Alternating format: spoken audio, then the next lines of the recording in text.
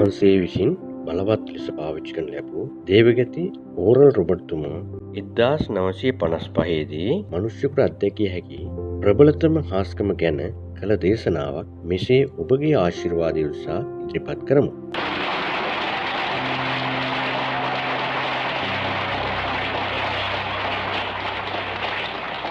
අද පණිවිඩය අලුත්ගිවිසුමේ ක්‍රියාපොතේ 3 වෙනි පරිච්ඡේදයේ 19 වෙනි වචනේ කියවමු. නුඹලාගේ පාපයන් මකා දමන පිණිසද පශ්චත්තාපව හැරෙන්න යයි අපොස්තලරු පේදුරුතුමා කියනවා. 1 පේදුරු 3 වෙනි පරිච්ඡේදයේ 12 වෙනි පදය. මක්නිසාද ස්වාමීන් වහන්සේගේ ඇස් ධර්මිෂ්ඨයන් කෙරෙත් උන්වහන්සේගේ කන් ඔවුන්ගේ කන්නලව්ව දෙසටත් යොමා තිබේ. නමුත් ස්වාමීන් වහන්සේගේ මුහුණ නපුර කරන්නන්ට විරුද්ධව තිබේ යයි අපොස්තලරු පේතුරුස් කියයි. ලෝකයේ තිබෙන විශාලතම හා පුදුම සහගත හාස්කම කුමක්දයයි දේශනා කරන්නට මම කැමැති. මට දෙවියන් වහන්සේ නැවත දේශනා කිරීමට අවස්ථාවක් ලබා දුන්නත් මේ කාරණය ගැනම දේශනා කරන්න කැමැති. මම දහස් ගණන් හාස්කම් හා සුවකිරීම දැක තිබෙනවා. ඒවා පුදුම සහගතව හා හැඟීම් බරව තිබෙනවා. මේ ඔබ විශ්වාස කරන්න. මේ ඔබගේ කන්වලින් අසා ඇස්වලින් දැකිය යුතු දෙයක්. මම හාස්කම් දැක තිබෙනවා. ඒවා විශාලව හා බලවත්ව තිබෙනවා. කුඩා ආබාධිත දරුවන් ෂණයකින් සුව වෙන එක මම දුටු විට මගේ ඇස්වලින් කඳුළු කඩා හැලෙන්න පටන් ගත්තා. ආධාරයේ ඉවත දාලා වේදිකාවට ඇවිල්ලා ඔවුන් ඇවිදින විට මම සිනාසීගෙන අත්පොලසන් දීලා හඬ නගමින් සතුටු වුණා. ඇස් නොපෙනෙන අය යාඥාවෙන් පසුව මට පේනවා මට දැන් බලන්න පුළුවන් යනුවෙන් කෑ ගහනවා. මම දැක තිබෙනවා. මේක පුදුමයි. නමුත් මම දැකපු ලෝකේ පුදුම හාස්කම නම් එක් මනුෂ්‍යයෙකුගේ ආත්මය දෙවියන් වහන්සේ විසින් ගලවා ගැනීමයි. මම දැක්කා ප්‍රේමයෙන් හා කරුණාවෙන් පිරි දෙවියන් වහන්සේගේ හස්තය පාපයේ ගැඹුරේ සිටින මනුෂ්‍යෙක්ව ඉන් ඉවතටගෙන ක්‍රිස්තුස් වහන්සේගේ ලේ වලින් සෝදා පිහිටුවා. ස්වර්ගයේ බැටළු පැටවානන්ගේ ජීවන පොතේ ඔහුගේ නම ලිව්වා. එපමණක් නෙවෙයි ජීවන ඔටුන්න ඔහුට දීලා ඔබ මාගේ පුත්‍රයායයි කිව්වා. හිතාගන්න බැරි හාස්කම. මගේ ජීවිතේ මම දැකපු දේ ඔබට මම කියන්න. ෆ්ලොරිඩාහි අපගේ රැස්වීමකට එක මිනිහෙක් පැමිණියා. ඔහු යාඥා ඉල්ලීම් සහිත එක ලියමනක් මගේ හස්තේ තැබුවා. මම ඒ ලිපිය කියුවා. යුනයිටඩ් ස්ටේට් නාවික හමුදාවේ උසස් නිලධාරියෙක්ව සිටි ඔහු පිළිකා රෝගියෙකුව පීඩාවට පත්ව මිය යමින් සිටින මිනිහෙක් බවද සඳහන් කර තිබුණා.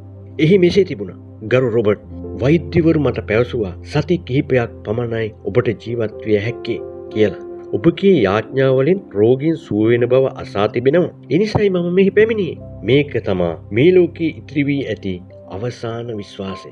මම ඔහුට යාඥා කරන්න පටන් ගත්තා. ඒක නෙමෙයි ආඥන් වහන්සේ මහදුරට වැගුරුණා. ඔහු ගැලවීම ලබා නැහැ කියලා මට හැඟුණා. මම කිව්වා මහත්තයා, ඔබගේ ශරීරයේ සුව වීමට අවශ්‍ය නම් ඔබගේ ආත්මය ගැලවිය යුතුයි. ක්‍රිස්තුස් වහන්සේගේ ලේ වලින් සේදිය යුතුයි. ඔහු මා දේශ බලලා රොබර්ට් මහත්මයාණෙනි, මාගේ ආත්මය ගැලවෙන්නේ නැහැ. දෙවියන් වහන්සේ ගලවන්නේ නැහැ. ඔහු කිව්වා. මාගේ දෑත් බලන්න. එසේ කියා මා දේශට ඔහුගේ දෑත් දිගු කළා. ඔබගේ දෑත් වල තියෙන ප්‍රශ්නේ කුමක්ද? මම ඇසුවා. මාගේ දෑත් බලන්න. ඒ වාගේ ලේ තැවරී තිබෙනවා. මා කිව්වා ලේ නැහැ. නෑ, ඔබට පෙනෙන්නේ නැහැ මහත්තයා. නෑ, ඔබගේ දෑත් වල ලේ නැහැ. ඒ ඔබ හොඳින් බලන්න යයි කිව්වා. ඔබ මොනවදයි මේ කියන්නේ? යයි මා ඇසුවා. ඔහු කිව්වා, රොබර්ට් මහත්තයා, මම මේ අද්දකෙන් මනුෂ්‍යයන් දෙන්නෙක් මරා තිබෙනවා. මම නීතියෙන් මිනිමෙරුන් චෝදනාවලින් නිදහස් වුණා. මනුෂ්‍යයන්ගෙන් නිදහස් වුණාට දෙවියන් වහන්සේ ඉදිරියේ මාගේ දෑත්වල ලේ තිබෙනවා. මම කිව්වා ඔබව දෙවියන් වහන්සේ ගලවා ගනි. දෙවියන් වහන්සේ එසේ කරන්නේ නැහැ. දෙවියන් වහන්සේ එසේ කරන්නේ නැහැ යයි ඔහු කිව්වා. තවද මම නැවේ ගමන් කරන විට යුද අවස්ථාවලදී කාලතුවක්කු හඬ ඇසෙන විට ගලවන්නේ ඇයි මා ඉල්ලා සිටිය විට දෙවියන් වහන්සේ එසේ කරේ නැහැ. මම කිව්වා මම එක් දෙයක් ස්ථිරව කියන්නම්. දෙවියන් වහන්සේ ඔබව ගලවන්නේ නැහැ කියලා කවුරු කිව්වත් විශ්වාස කරන්න එපා. ඇයිද කියනවා නම් දෙවියන් වහන්සේ ස්ථිරවම ඔබව ගලවනවා. ඔබව පවිත්‍ර කරයි. දැන් ඔබගේ දකුණට ඔසවන්න. මා කියන යාඥාව මම කියන විට කියන්නේ ඇයි කීවා. දෙවියන් වහන්සේ මම එක් පව්කරුවෙක්මි. මට අනුකම්පා කරන්න කියා ඔබත් ඒක කියන්න යයි කීවා. ඔහුද දෙවියන් වහන්සේ මම එක් පව්කරුවෙක්මි. මට අනුකම්පා කරන්න යයි කීවා. නෑ මහත්තයා නෑ. ඒ ඔබගේ තොල් වලින් කියන්න එපා. හදවතින්ම කියන්න. මම තවත් උත්සාහ කරමි කීවා. ඔහු දෑත් ඔසවා අනේ ස්වාමිනී කීවා. අපහසුවෙන් අනේ ස්වාමිනී මට කරුණා කරන්න. යයි කීවා. පසුව මම පෞකාරේ මට කරුණා කළ මැනවි කීවා. මම ඔහු දෙස බලාගෙන සිටියේදී හදිසියේ ඔහුගේ මුහුණ ආලෝකමත් වුණා. දේව ආලෝකය ඔහු කෙරෙහි ආවා. ඔහුගේ ඇස්වල ආලෝකයක් එන ගම ඔහු සිනාසීමටත් ප්‍රීති වෙන්නටත් පටන් ගත්තා. ඔහු මාගේ දනහි සැල්ලුවා. සෙමින් මාගේ කකුල් වලට තට්ටු කරලා උන්වහන්සේ මාව ගැලෙව්වා කියා කෑ ගහන්න පටන් ගත්තා. මම ඒ කොහොමද ඇසුවා. මට පිහාට්ටක් වගේ සැහැල්ලුවක් දැනෙනවා. ආලෝකමත් පවිත්‍රභාවයක් දැනෙනවා යයි කිව්වා. දෙවියන් වහන්සේ මාව පවිත්‍ර කළායයි මට හැඟෙනවායි කියලා කිව්වා. ඔව් ඔබ සැබවින්ම ගලවනු ලැබුවා. පිහාට්ටක් වගේ සැහැල්ලු වුණා. ආලෝකමත් වුණා. දෙවියන් වහන්සේ ඔබගේ පව් සම්පූර්ණයෙන්ම සෝදා හිමමින් සුදු කළයි කියලා කිව්වා. තවද මාගේ අත් ඔහුගේ හිස මත තබලා ඔහුගේ ශරීරයේ ඇති පිළිකාව සුවෙන් ලෙස යාඥා කරා. දෙවියන් වහන්සේගේ ආත්මය බලවත් ලෙස මා කෙරෙහි මැකිරෙන පිණිස මම යාඥා කළා. එම විශාල ගොඩනැගිල්ල තුල අපි එක් වී යාඥා කළා. රැස්ව සිටි විශාල සෙනඟටත් අප සමග එක් වී යාඥා කරන්න කියා ඉල්ලා සිටමින් අපි එක් වෙලා යාඥා කළා. දෙවියන් වහන්සේගේ මහිමේ බැසෙන බව මට දැනුණා. දෙවියන් වහන්සේ ඒ කුණු වෙමින් තිබූ ශරීරයට අත ගැසුවා. ඔහුද රොබර්ට් කියලා කෑ ගැසුවා.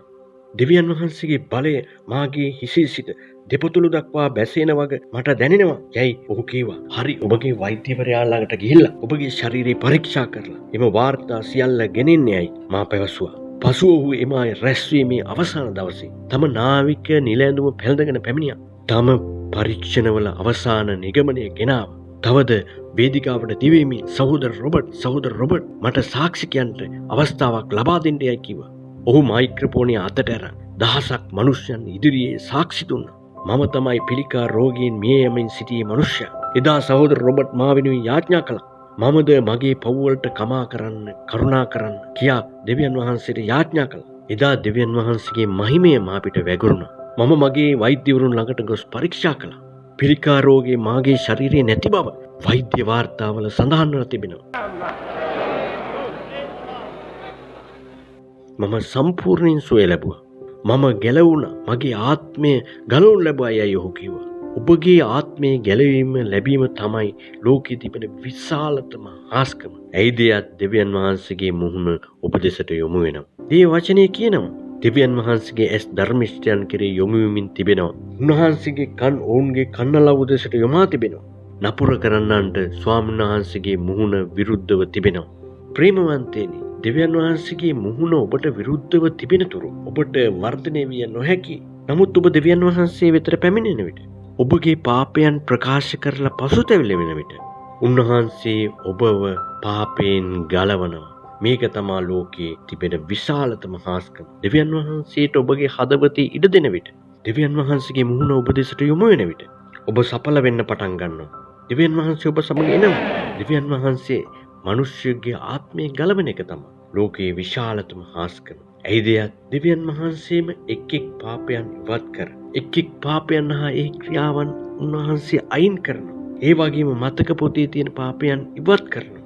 සියලු පාපයන් පසකට දමන ඔබ අලුත උපන් බිරිඳෙක් ලෙස සිටීමට සලස්වන. ඔබ කවදාවත් කිසිම පාපයක් නොකළ මිනිසෙක් ලෙස සෑම වෙලාවෙදිත් ලෝකයේදිත් ස්වර්ගයේදිත් සිටින්න සලස්වන. ඔබට අලුත් අවස්ථාවක් දෙනවා. යක්ෂයාගෙන් ආරක්ෂා කරනවා. සමාව ලබා දෙනවා. මිනිසයා ඔබ අමතක කරන විට පවා ස්වාමී යේසුස් ක්‍රිස්තුස් වහන්සේ ඔබ අමතක කරන්නේ නැහැ. යේසුස් වහන්සේ ඔබගේ පෞද්ගලික ගැලවුම්කාරයා වීම ලෝකයේ පුදුම වූ විශාලතම හාස්කමයි. මේක තමයි ඔබගේ ආත්මික ගැලවීම. හොඳයි. දේව ගරුබිය ඇතුව දැන් හිස්නමා සිටින්න. හිස්නමා සිටින විට ප්‍රවේශයෙන් මා කියන දේ අසන්න. මා කියන ලෙස කරන්න. එවිට ඔබගේ පාපයෙන් ඔබට ගැලවෙන්න පුළුවන්. ඔබට මම උදව් කරන්න. දැන් එක් පුරුෂයාද ස්ත්‍රියද තරුණයාද තරුණියද මෙම යාඥාව තුළින් ඔබගේ එක් පාපයන්ගෙන් ඔබට කමාව ලැබ නිදහස් වෙන්න පුළුවන්. ඔබගේ හැම පාපයකටම කමාව ලැබ ආත්මයේ සමාදානයට බාගත හැකි. මෙම යාඥාව කරන්න. මම යාඥා කරන්න යනවා. පළමුව යේසුනේ කියා ඔබගේ දෑත් ඔසවන්න. ඉක්මනින් ඔබගේ දෑත් ඔසවන්න. මා සමග යාඥා කරන්න. යේසුනේ මම පෞකාරයෙක්මි. මාගේ පාපයට කමා කරන්න. මාගේ ආත්මය ගලවන්න. මාගේ ආත්මයේ පෞද්ගලික ගැලවුම් කර ලෙස මම ඔබ පිළිගන්නවා. උන්වහන්සේ අපගේ ආත්මය ගලවනවා. මෙයයි ලෝකයේ විශාලතම හාස්කම. ආමේන්. මේ වීඩියෝ නරඹපු ඔබට මෙම ලෝකයේ තිබෙනා වූ විශිෂ්ටම හාස්කම අත්විඳලා අත්දැකලා ඔබගේ ආත්මය සහ ශරීරයේ සුවය ලබා ගන්නා ලෙස ආරාධනා කර සිටිනවා. ආමෙන්.